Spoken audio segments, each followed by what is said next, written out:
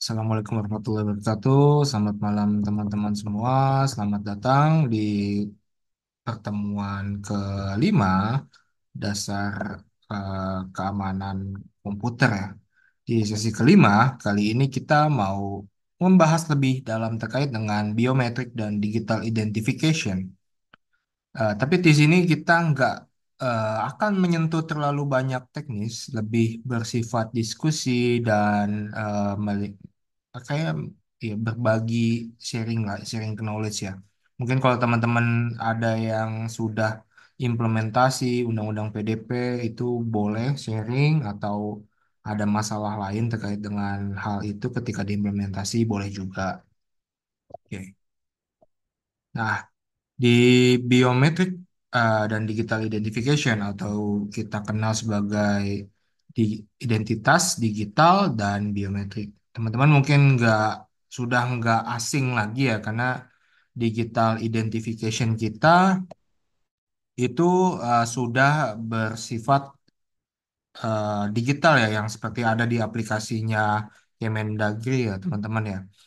Lalu biometrik ya pasti teman-teman sudah sering menggunakan juga terkait dengan biometrik baik itu di handphone, di laptop, di eh, tablet ataupun perangkat-perangkat multifaktor authentication lainnya.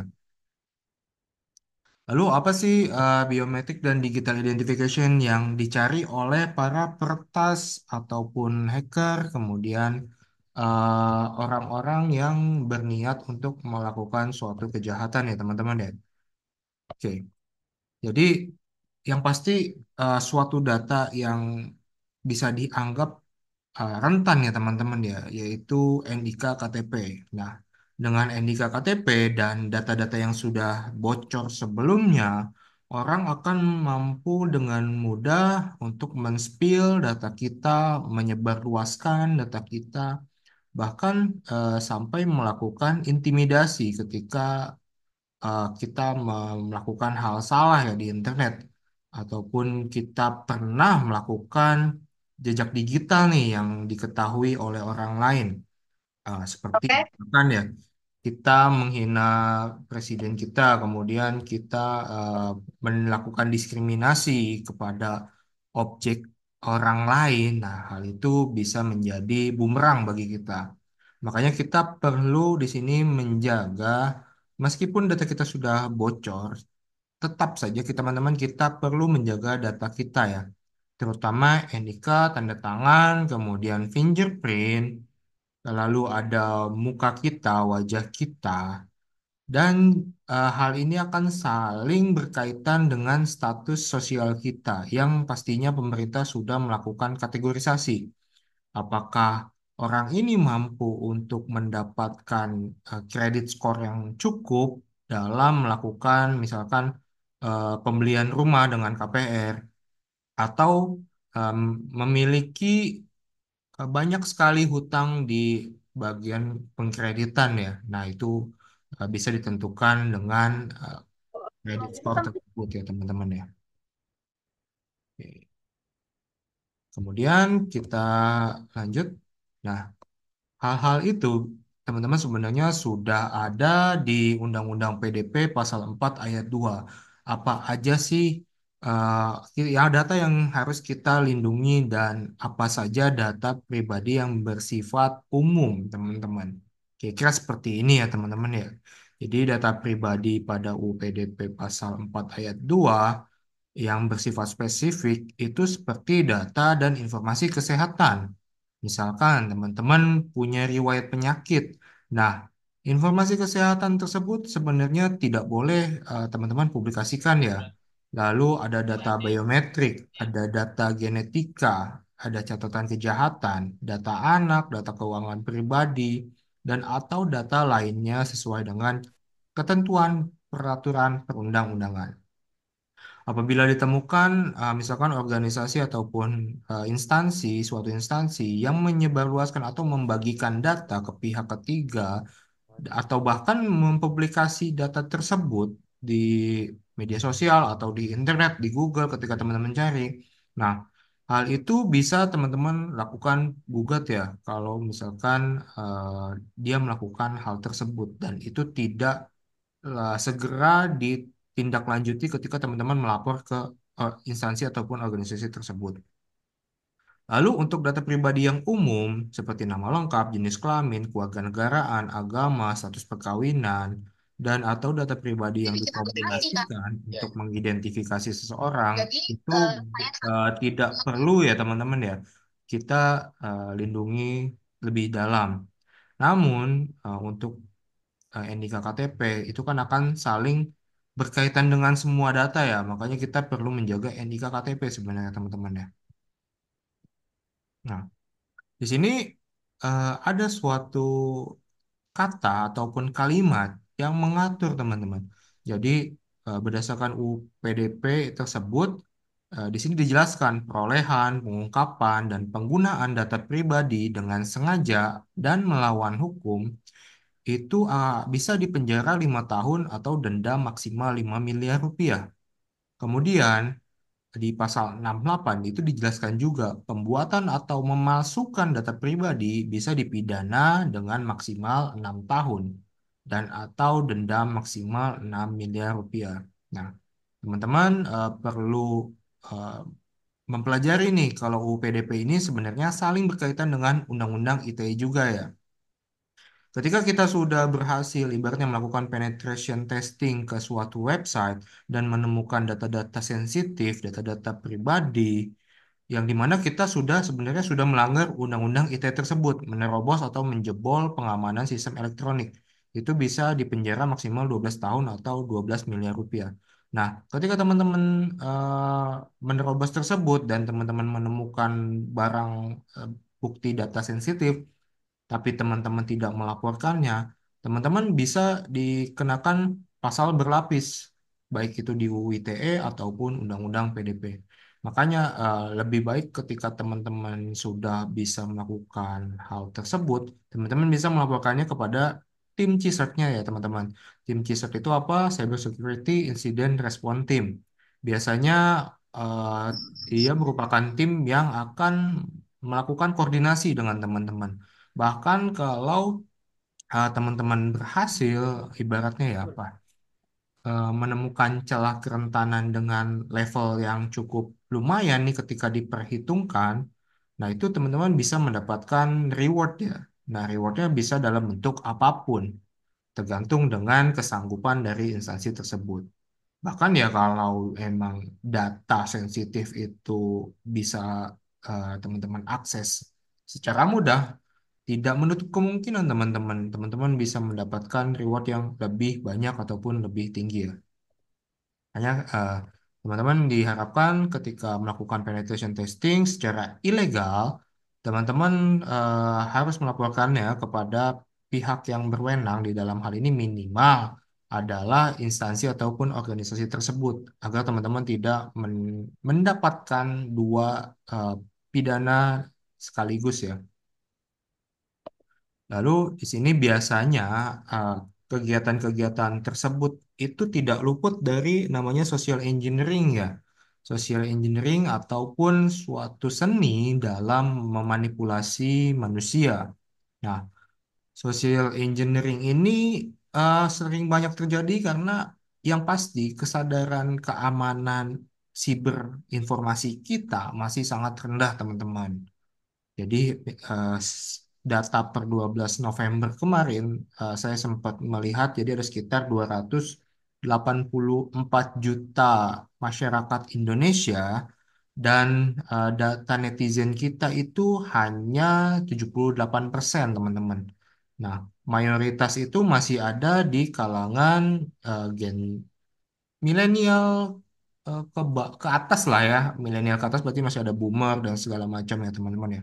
Nah, hal-hal tersebutlah kita perlu melakukan simulasi phishing di dalam organisasi kita secara rutin untuk mendapatkan em, apa artinya ya, kerentanan apa sih yang biasanya sering terjadi di dalam divisi organisasi kita apabila misalkan di dalam bank ya itu terjadinya misalkan ada di teller.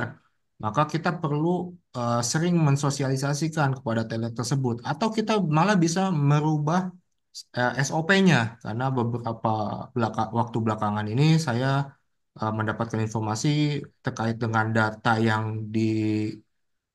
disebarluaskan ya, data yang bocor tersebut. Mr. Bird kemarin tuh yang dia mengklaim bahwa bisa melakukan penutupan rekening ya di bank tersebut dengan data-data yang sudah bocor.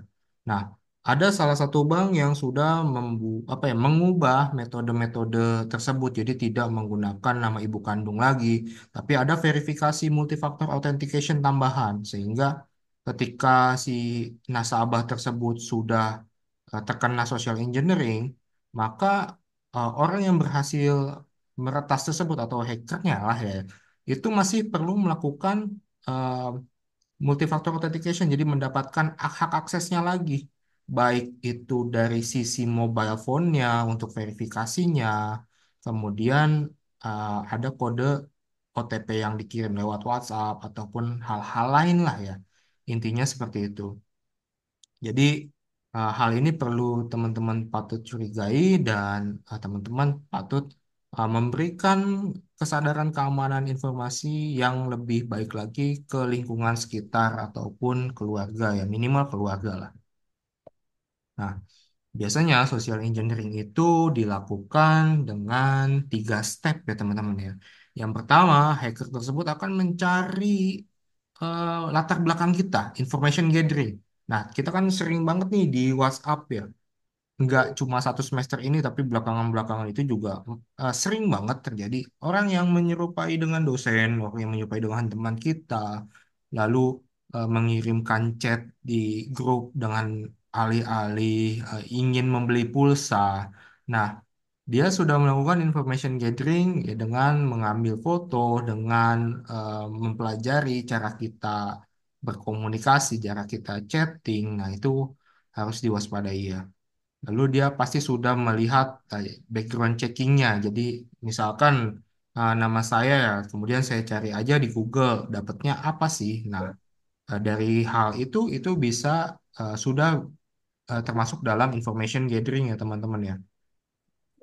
Kemudian yang kedua ada build rapport nih teman-teman. Jadi ibaratnya ini dia kayak yang melihat raportnya lah dari orang tersebut. Apakah target ini tuh kredibel dan patut untuk dilakukan social engineering nih? Apakah dia punya teman relasi yang cukup tinggi, dan orang-orang di sekitarnya itu bisa eh, ibaratnya apa ya? Bisa percayalah sama orang tersebut yang akan kita targetkan ini ya. Ketika si orang ini misalkan membutuhkan uang dengan alasan bla bla bla, anaknya sakit, orang orang tuanya meninggal dan lain sebagainya macam, maka orang-orang sekitar tuh akan mentransfer secara otomatis karena orang tersebut adalah orang yang terpercaya. Nah, itu perlu dilakukan build rapport ya. Itu ya bisa cukup lama gitu. Kemudian yang ketiga adalah request for information ataupun aksinya ya. Jadi membutuhkan permintaan informasi ini. Di sini yang pasti menggunakan psikis ya. Ketika ditelepon berpura-pura ya seperti menjadi polisi lah, kemudian berpura-pura menjadi eh, bea cukai, bla bla bla, dengan em, maksud untuk mengintimidasi. Jadi seakan-akan orang yang menelpon tersebut itu levelnya lebih tinggi dari kita. Jadi kita kayak, oh ini bener nih ternyata. Oh kita jadi, ya ibaratnya kita malah ciut lah. Nah, bagaimana hal-hal tersebut itu bisa dilakukan oleh si hacker itu pasti sudah bertahun-tahun dia mempelajarinya ini. Dari psikisnya, dari cara berbicara, dari cara dia mengetik, sampai dengan kita yakin untuk Mungkin memberikan uh, eh, material apa sih yang ataupun suatu data kita. Dan yang terakhir adalah sukses nih teman-teman. Jadi mereka akan mendapatkan tujuan mereka untuk mencuri uang ataupun data sensitif. Nah, Kalau di penelitian-penelitian yang lain, ini ada cukup banyak ya metodenya ya. Dari target, kemudian medianya, social engineeringnya apa, apakah individual ataukah grup, kemudian targetnya individual apakah organisasi, compliance principle-nya. Nah, kira-kira seperti itu ya teman-teman. Bahkan ketika kita menggunakan dating apps itu juga perlu berhati-hati ya sebenarnya teman-teman ya. Mungkin saja uh, dia itu cukup baik nih sama kita awal-awal, tapi kan kita nggak tahu nih belakangan-belakangan dia minjam duit karena kita percaya, akhirnya kita kasih dan kita awal-awal tuh mereka ibaratnya apa ya?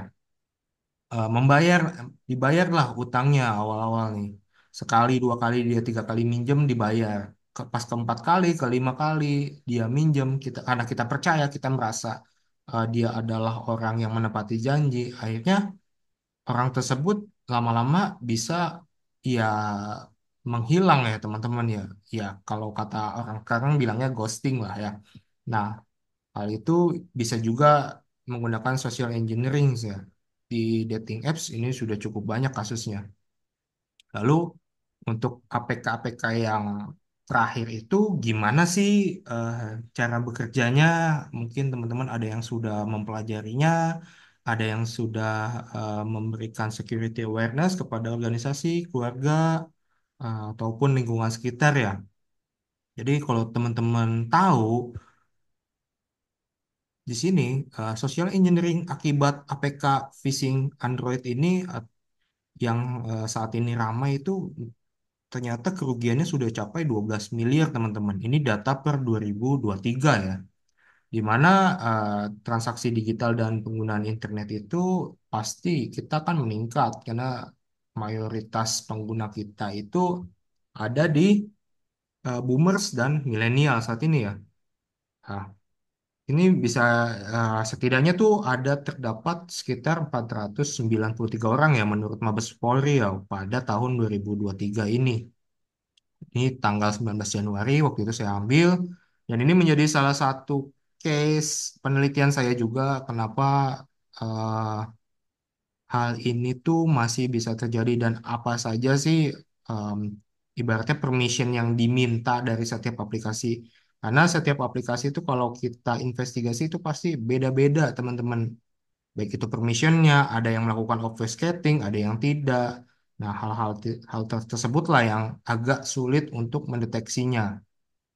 Nah, di sini kita perlu melakukan investigasi dengan cermat, dengan memeriksa berbagai aspek serangannya. Dia apakah hanya mencuri OTP dan dikirimkan ke Telegram atau hal-hal lain ya. Nah, hal itu bisa sangat berbeda karena saya bisa dibilang teknologi ini sudah semakin canggih ya teman-teman ya. Nah, kira-kira seperti ini ya teman-teman ya. Jadi yang pasti saya tuh mengambil data ini dari suatu ya website ya ataupun suatu Telegram bot yang mengirimkan seluruh APK phishing eh, yang ada di Indonesia gitu. Baik itu dari undangan sampai dengan hal-hal baru nih yang KPU kemarin pas pemilu presiden. Nah, jadi di sini kita perlu melakukan investigasi. Gimana sih cara investigasinya untuk KPK tersebut? Nah, sebenarnya saya ingin memberikan demo ya sebenarnya. Yang demonya ini sambil diskusi aja kita. Oke, kita sambil diskusi demo. Nah, teman-teman, ini salah satu tools untuk demo sebenarnya ya, namanya Mob SF. Kalau teman-teman sudah pernah belajar, teman-teman bisa mencoba-coba aja. Ini sebenarnya saya ada lumayan banyak data ya ketika kemarin. Ini gimana ya kalau di sini? Nah, ini untuk riset saya ya. Kemarin sampai dengan ya 2024 bulan Juni. Nah, kita segitu ya. Jadi ini ada banyak dan ini salah satu ya dari informasi Pilkada 2024. Bahkan si Mob SF aja ini memberikan skor ini masih lumayan 48 per 100.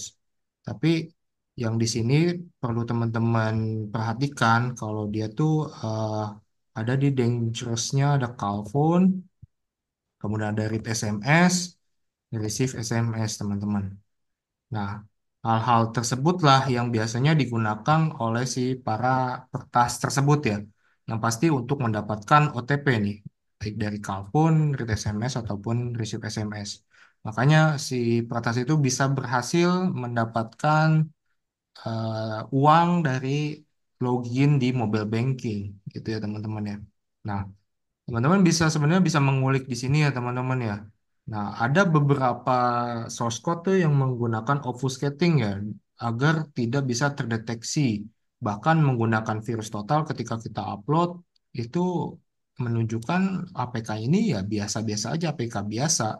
Nggak ada yang mendeteksi bermasalah dan ketika dicek tuh permissionnya nggak terlalu berbahaya gitu. Nah, padahal ketika kita analisis lebih jauh menggunakan MOB SF di sini bisa dikasih tahu nih apa aja sih biasanya yang digunakan, kemudian aktivitasnya seperti apa, kayak gitu teman-teman ya. Ini ada banyak nih teman-teman kalau ingin belajar ya, misalkan mau upload lah file APK apa. Nah, ini teman-teman bisa upload di MOB SF. Nah, kalau untuk misalkan file-file biasa ataupun PDF nih teman-teman bisa menggunakan virus total ya teman-teman ya. Nah, di sini karena ini datanya sudah cukup lama, kemungkinan besar pasti ada ya di sini ya.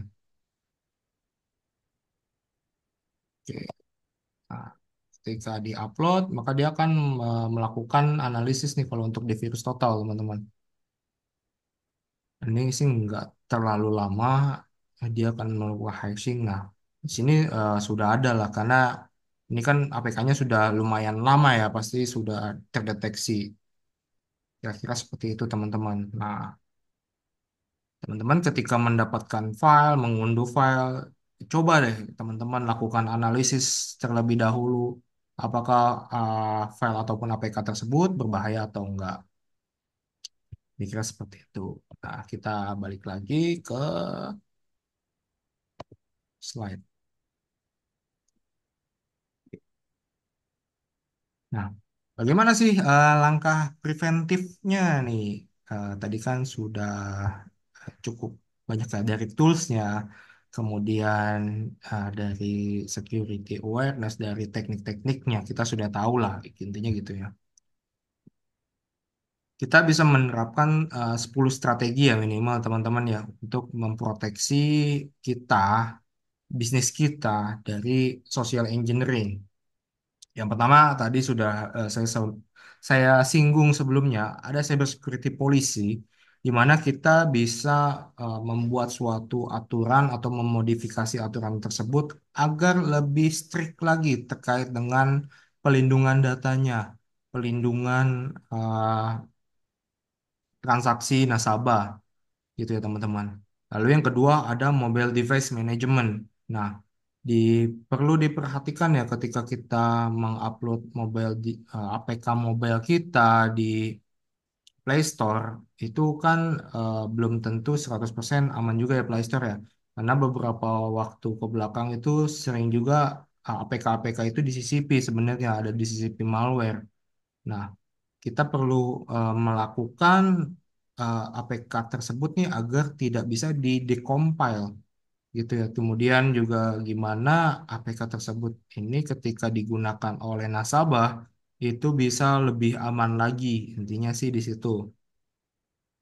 Kemudian ini juga mobile device management bisa melakukan pengaturan ibaratnya ketika memasuki wilayah kantor tidak diperkenankan device-device yang dimiliki atau device pribadi itu terkoneksi dengan internet kantor. Nah, itu bisa diterapkan juga.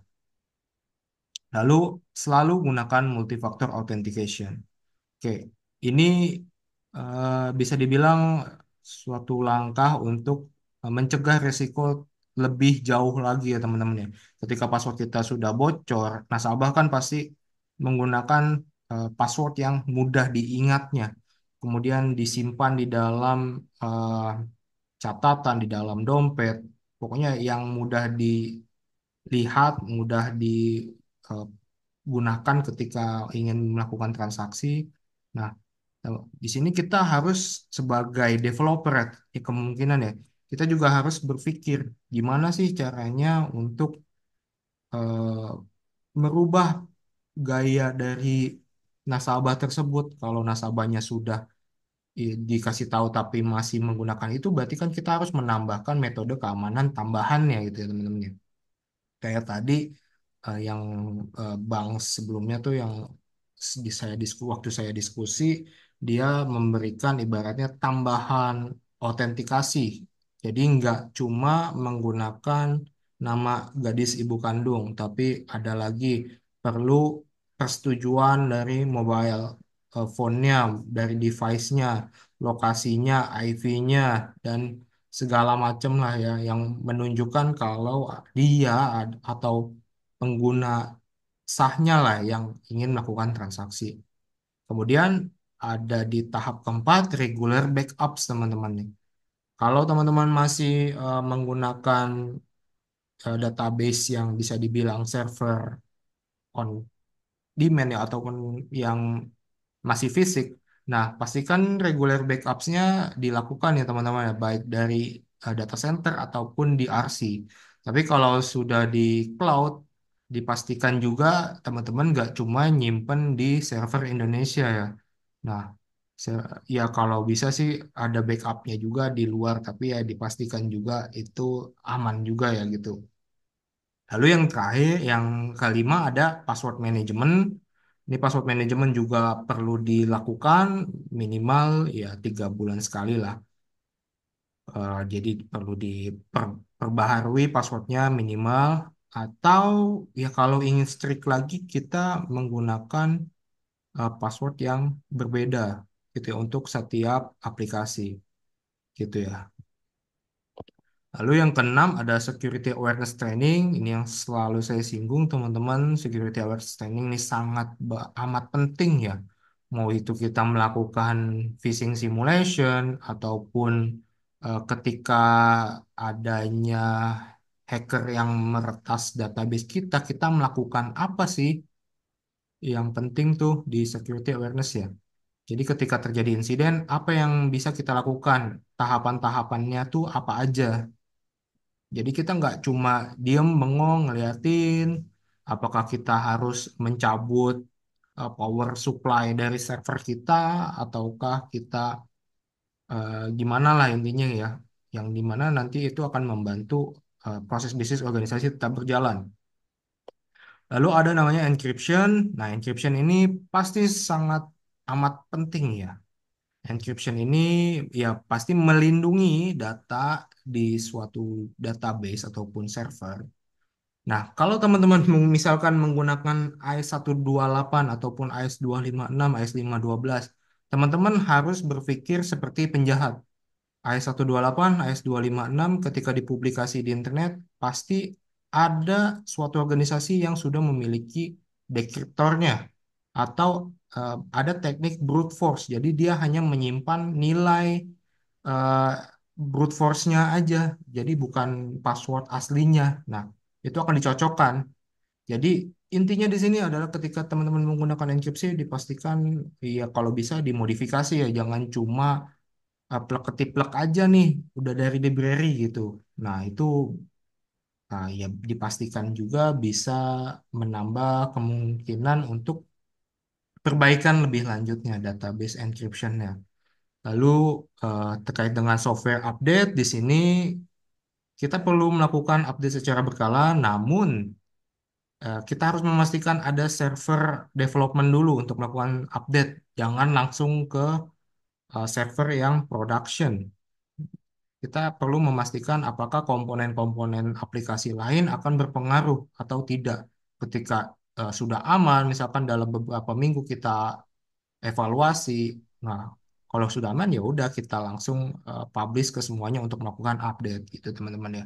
Jadi nggak semerta-merta melakukan update itu ketika dapat pembaruan teman-teman langsung update gitu ya. Nah, yang ke-9 ini ada define roles and identities. Nah, ini biasanya ada di tim CSIRT nih teman-teman. Ada banyak banget warna-warna di tim CSIRT ya, Cyber Security Incident Response Team. Baik itu red team, blue team, purple team, green team, eh, yellow team, dan lain sebagai macamnya ya. Itu terserah organisasi nyebutnya apa, yang pasti intinya di situ harus mendefinisikan tugasnya apa, kemudian apa yang nanti dia harus lakukan ketika terjadi insiden dan bagaimana tindak lanjutnya yang ia akan lakukan. Karena kan di situ ada pasti junior, senior, manajer dan lain sebagainya macam ya. Di situ harus ditentukan lah tugas-tugasnya. Dan yang terakhir ada next gen firewalls dan antivirus teman-teman ya. Mungkin di sini sudah ada yang menggunakan XDR, EDR, tapi masih belum menggunakan tambahan fitur AI yang ada di next gen. Mungkin teman-teman bisa memperhitungkan juga di tambahan untuk melakukan monitoring next gen-nya ya terkait dengan artificial intelligence-nya. Dan yang dipastikan lagi, kita harus melakukan permission check teman-teman. Kayak tadi ya, permission yang dibutuhkan dari APK-APK tersebut tuh apa? Misalkan receive SMS, kemudian internet, send SMS, dan segala macam. Kita perlu melihat dari kerentanannya, CWE-nya 276, Incorrect Default Permission, OAPS-nya apa, kemudian OAPS MASVS-nya apa. Nah, ini kita perlu perdalami lagi. Nah, ini khususnya lebih ke dalam developer ya, development aplikasi ya. Ya seperti itu teman-teman ya.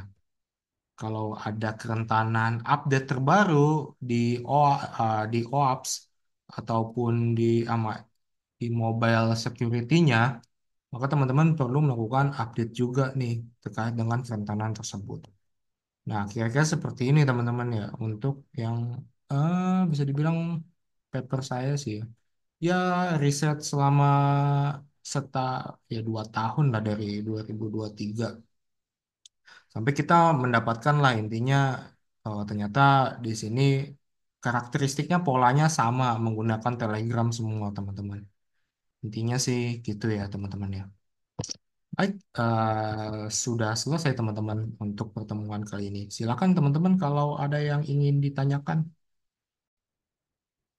Baik, kalau tidak ada lagi yang ingin ditanyakan, terima kasih teman-teman atas kehadiran dan partisipasinya. Semoga teman-teman dalam keadaan sehat selalu.